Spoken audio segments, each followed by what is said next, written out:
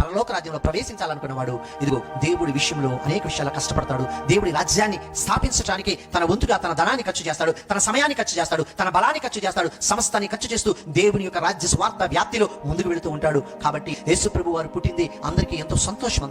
అందుకే అందరికీ ఎంతో సమాధానం. అసమాధాన పరిస్థితి ఉన్న ప్రతి వ్యక్తికి, దుఃఖంతో బాధలో ఉన్న ప్రతి వ్యక్తికి యేసు ప్రభు పుట్టుక అనేది ఒక సంతోషం. మరి వారికి ఎలా తెలుస్తుంది? ఏ విధంగా తెలుస్తుంది? నువ్వు ఈ విధమైనటువంటి స్వార్థ వర్తమానాన్ని అనేక మందికి అందించడం ద్వారానే కదా. మరి అందిస్తున్నావా?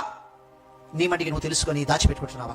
నీకు పరలోకంలో ధనము కూర్చబడాలి అంటే నువ్వు ఖచ్చితంగా ఇదిగో నమ్మిన నువ్వు అనేక మందిని ఇందులో చేర్చాలి. నమ్మని మనుషులు అనేక మంది లోకంలో ఉన్నారు పిల్లలు. మరి రోజులు గడియలు పెరిగిపోతున్నాయి. అనేక మంది చనిపోతున్నారు, ఈ భూమి నుంచి వదిలి వెళ్ళిపోతున్నారు.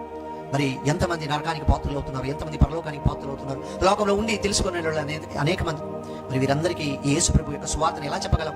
అందుకే యేసు ప్రభు పుట్టుక యొక్క పరమార్థాన్ని, ఆయన రాజ్యం యొక్క పరమార్థాన్ని, ఆయన ఎందుకు రాజు అనే పరమార్థాన్ని నీవు తెలియజేస్తే అనేక మంది ఈ రాజ్య వారసులు అవుతారు.